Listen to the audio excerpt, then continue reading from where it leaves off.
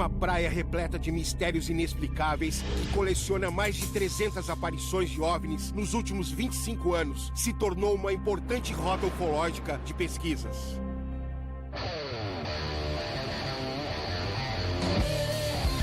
Meu nome é Fred Mosh, terráqueo, brasileiro e mochileiro ufológico.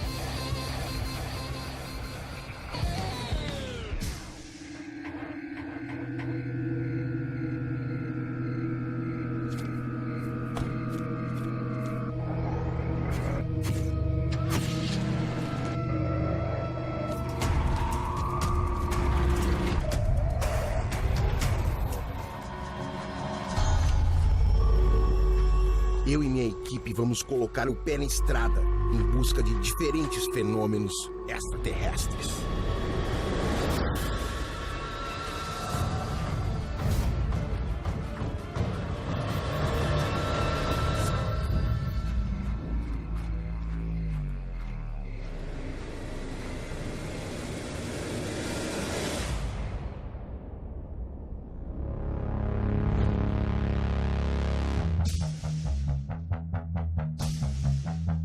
Marcas de pousos e ninhos de naves, estranhos ataques a animais domésticos, pesquisas biológicas, círculos de luz e grandes esferas flutuantes de energia registradas por dezenas de câmeras de segurança. Peruíbe, litoral norte de São Paulo, região que ao longo dos séculos preservou histórias de contatos entre os povos indígenas e os caminhantes do céu.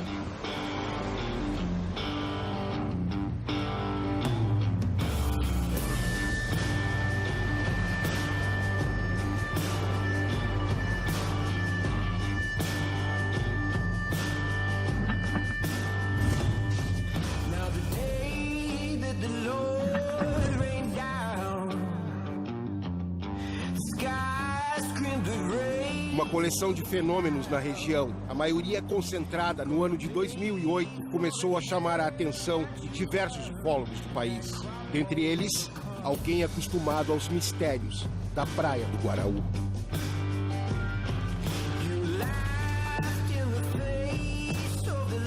Nós paramos o carro bem aqui nessa praia, que é uma praia escura, né? Uhum. Exatamente. Aí, só que a noite tava chuvosa, tava mais ou menos a mesma coisa assim, tava uma chuvinha muito fina. Mesmo assim, eu cheguei aqui, montei uma filmadora, e a primeira coisa que me chamou a atenção foi uma luz azul que tava mais ou menos lá, naquela posição ali, exatamente, bem ali. Entre essas duas ilhas aqui. Essas duas ilhas, né?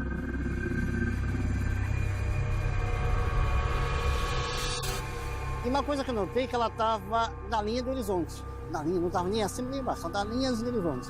Eu peguei a filmadora e comecei a filmar. Eu vi que tinha essa luz azul e embaixo dela tinha duas luzes brancas que piscavam muito rápido, uma em cima e embaixo. Muito rápido. Que coisa é essa?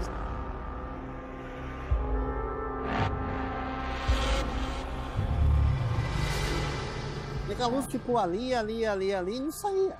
Não se movimentava. Eu joguei laser, fiz um monte de coisa, nada. O que ela fazia às vezes, ela explodia num burst de luz muito forte, muito intenso, né?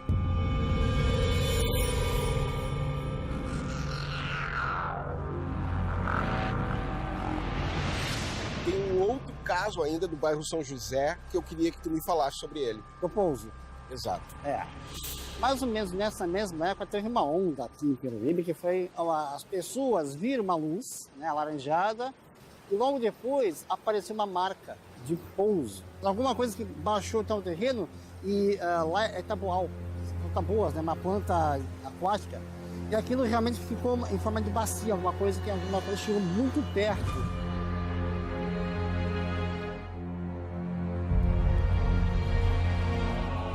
Como se fosse uma elipse. É. Só que quando eu cheguei lá, né, já fazia um tempo, eu já tinha entrado, já tinha pisado, tinha muita gente. Eu acho que pra você, a melhor pessoa, eu vou te indicar, é o Paulo Aníbal, porque ele foi o primeiro a chegar lá. Sim. Quando ele chegou lá, não tinha ninguém ainda, ninguém pisou. O fato mais importante que eu considero em 2008 foi um pouso de um objeto em cima de um terreno, de um tabual, no Baixo São José. A A diversidade de fenômenos ufológicos de Peruíbe motivou ufólogos a mapearem as regiões de maior incidência para futuras pesquisas. E dentre os mais de 300 casos registrados, o do bairro São José talvez seja o mais intrigante de todos.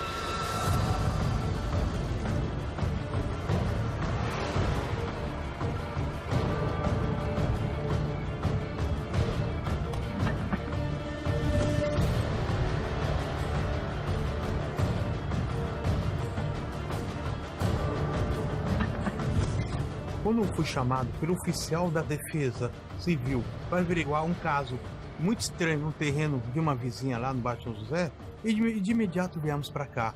Pedi que ele fizesse um isolamento local e temos a imagem de como ficou o local realmente quando ocorreram os fatos. E as fotos que mostraram depois foi depois do pisoteamento, já houve uma alteração.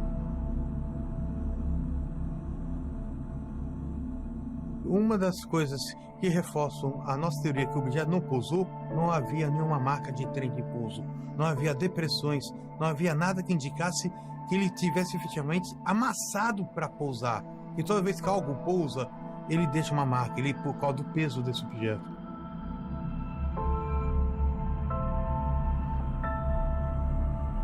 E outro detalhe muito importante: se o objeto tivesse pousado efetivamente, teria queimado todas as plantas, o inteiro. O que aconteceu é que somente as pontas foram queimadas. E numa análise posterior, como o especialista falou, essa queimação não é da própria planta. Alguma coisa incandescente acima de 100 graus queimou essas plantas. E outra coisa, o total do tamanho dessa marca ficou quase 15 metros. Teve até gente que fotografou a menos de 50 metros esse objeto, que deu a descrição, parecia um peão invertido, porque ele parece ter uma base muito larga embaixo e afunilado na ponta em cima.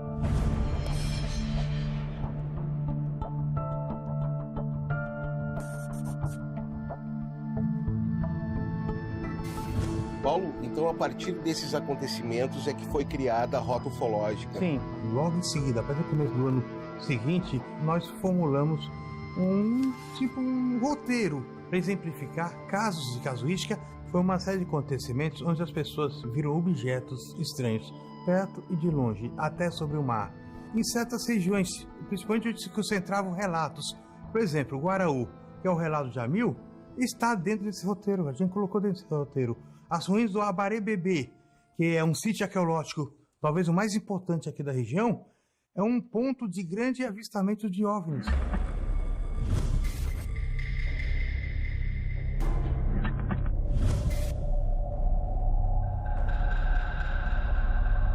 Testemunhas, tanto de fora da ruína e dentro da ruína, chegaram a avistar OVNIs. A igreja do Abarebebê foi uma das primeiras igrejas do Brasil, erguida na metade do século XVI para catequizar os índios tupis.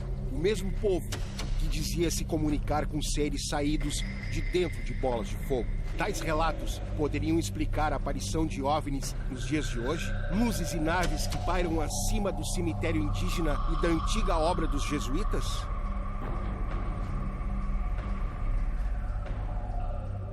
E até formular esse roteiro, a gente já conhecia 300 casos na região.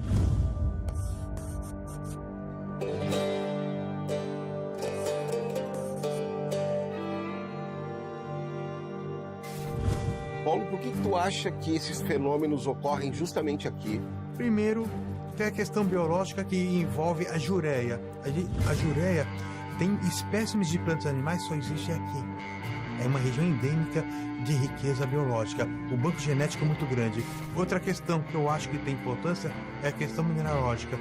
Por exemplo, por alguns anos, o Departamento Nacional de Pesquisa Mineral soltou autorizações para a prospecção de certos minérios. O último, que faz parte da Liga do Titânio. O titânio é uma liga estratégica.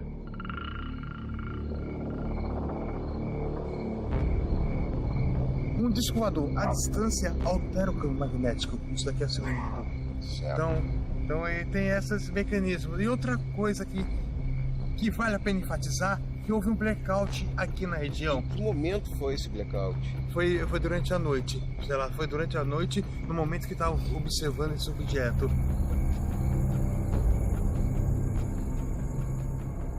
Inclusive, quase uma semana e meia depois, teve uma ocorrência envolvendo cachorros, onde alguns desses cachorros vieram a falecer com interferência muito estranha.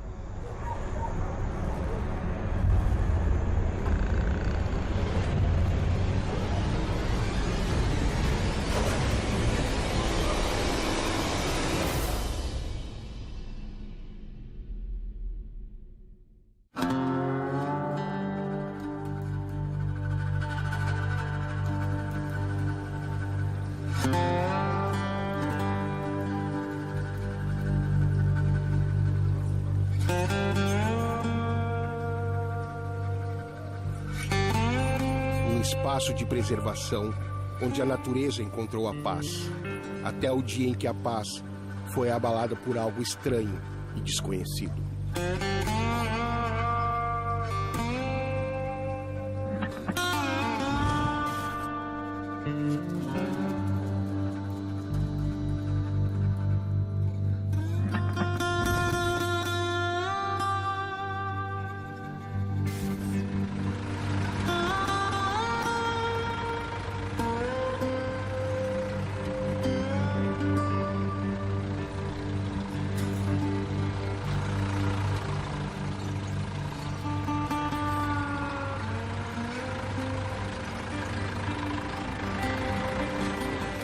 Eu fui atrás, ela me ligou, né? Ela falou que havia tido um ataque de alguma coisa, eu não sabia o que era, né?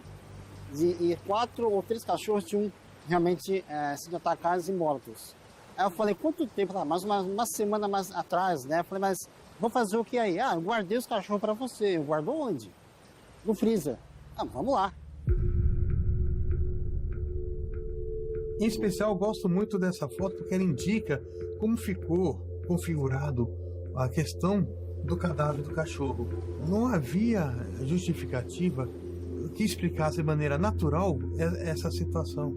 Foram atacados, mas umas mordidas, um ferimento estranho, né? E ela mesmo relata que foi visto um ser bípede que teria se envolvido nessa ocorrência, onde morreram 5 cachorros e um saiu vivo.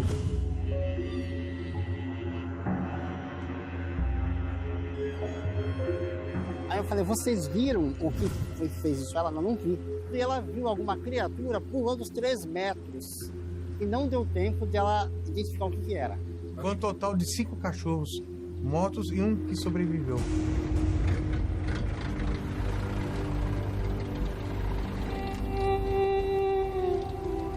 O sítio de Chalana Machado é um santuário de animais abandonados e que sofreram maus tratos. Mais de 700 cães de rua. O que não se podia imaginar é que tais animais cuidados e aparentemente seguros fossem então atacados e mortos por uma criatura desconhecida. Cadáveres encontrados por um tratador apresentavam estranhas perfurações e o sangue inteiramente sugado dos seus corpos. Quando chegou, de manhã encontrou os animais na situação, né? Conforme tem as fotos que mostram, passou, nós chamamos as autoridades, chamamos polícia, veterinário, não conseguiram chegar numa conclusão. Passou mais uns 3 dias, ocorreu de novo o fato, foi onde nós decidimos montar uma vigília para tentar pegar ou um caçador, uma pessoa que estava invadindo para, né, montar armadilha para capturar o animal, ou um outro tipo de animal que estava em ataque, uma onça, alguma outra coisa assim. Nós nos preparamos para isso, inclusive com armadilhas, tipo com cara e tal, na árvore. Né, tava eu e mais 3, uma equipe de 3 funcionários, e nós vimos pela primeira vez quando esse animal, esse ser, pulou uma distância de mais ou menos uns 12 metros, né? Onde ele mirou com a lanterna e um dos cachorros foi correndo atrás.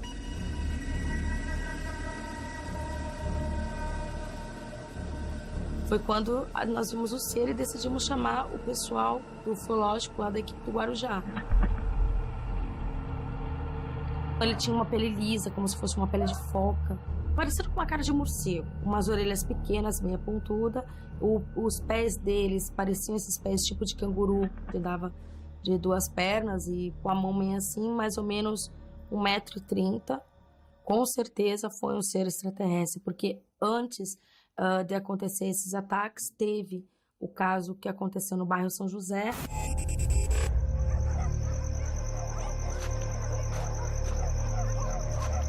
O misterioso ataque aos cães, testemunhado por Chalana e os tratadores, no intervalo de 1 semana no caso do bairro São José, seria mesmo uma criatura deixada por extraterrestres interessados em fazer experiências sobre o habitat do nosso planeta? Na hora que o pessoal do grupo de ufologia veio, né, no caso foi o Wallace, o Jamil, eles colocaram uma pinça daqui, da onde estava, bem próximos das artérias. Foi choque hipovolêmico, entendeu? A morte por falta de sangue. O ataque ocorreu num canil hoje desativado. Os corpos dos animais foram achados próximos à parede do lado de fora, embora as trancas de suas baias permanecessem fechadas. Bop foi o único cão sobrevivente.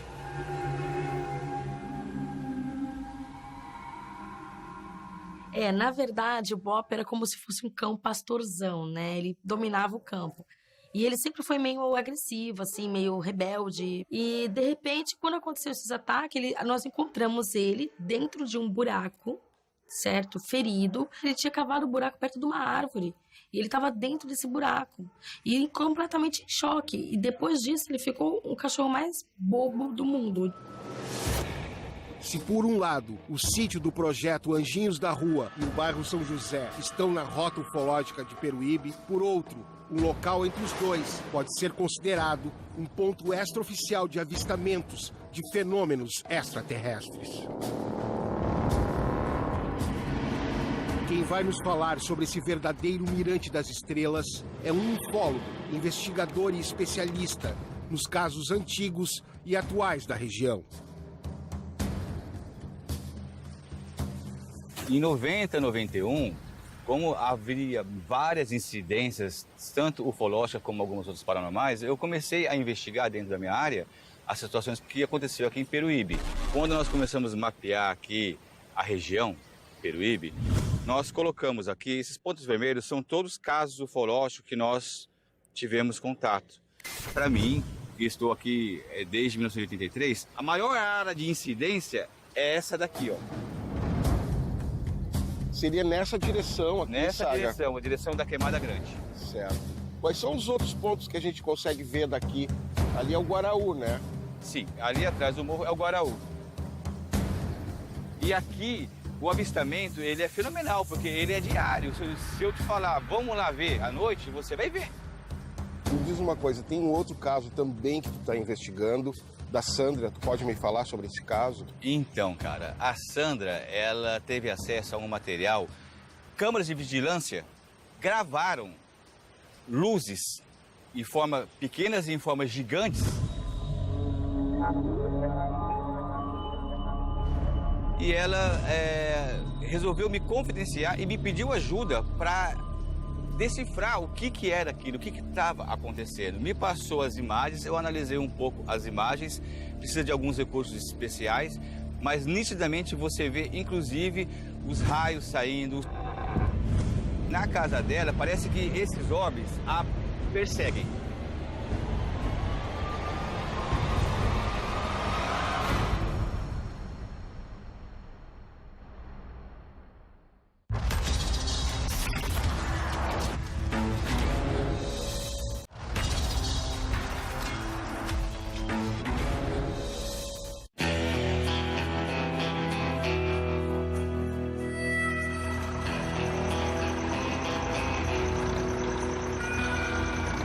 As imagens das câmeras de segurança entregues à pesquisadora Sandra são tão impressionantes quanto os fenômenos fotografados por ela em sua própria casa.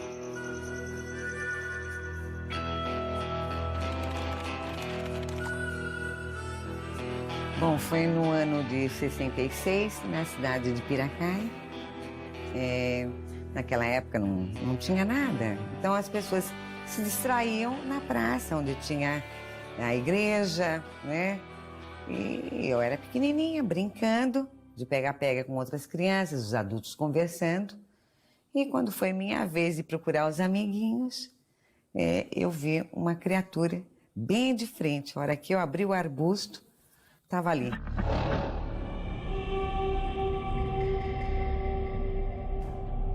Abaixadinho, vermelhinho, meio amarronzado, com olhinho vermelhinho. E daí gritei muito. A impressão, a gente não sabe porque é pequeno, né? Mas a impressão que eu tive é que ele se assustou também, porque ele ficou paralisado. Daí os adultos começaram a procurar, mas não acharam mais nada. Depois do primeiro contato, a gente é criança e acaba se esquecendo. Mas ao longo, enquanto eu fui crescendo, foram acontecendo outras coisas. E daí eu comecei a pensar no assunto. Então eu comecei a ver.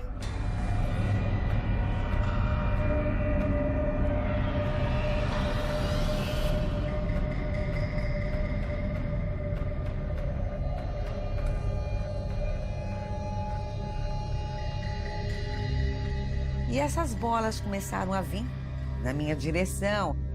É mais ou menos um tipo de plasma, uma energia.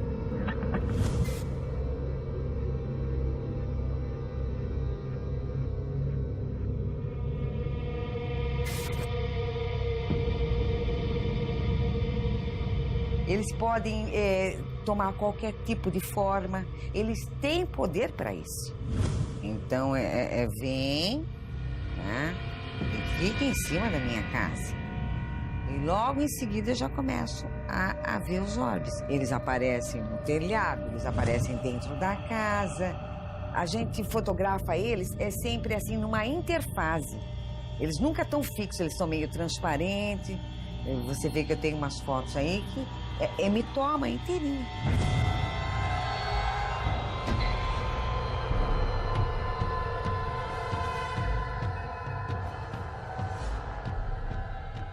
Então, eu recebo vídeo de toda a parte do Brasil. Às vezes vem até de fora. E esse vídeo me chegou e foi a maior surpresa da minha vida.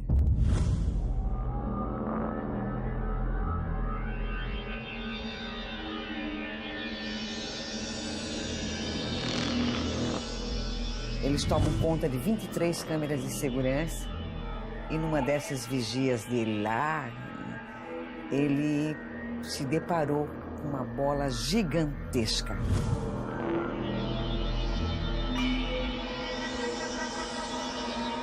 E daí saíram essas bolas de energia, de todos os tamanhos, se dividiam, se multiplicavam e entravam na Terra, saíam da Terra.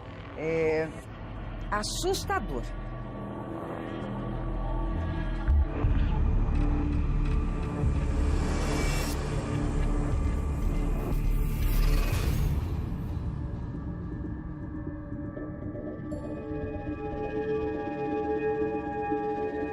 Sandra entregou os vídeos das câmeras de segurança para que o ufólogo Suzeliton Saga investigasse o fenômeno dos olhos.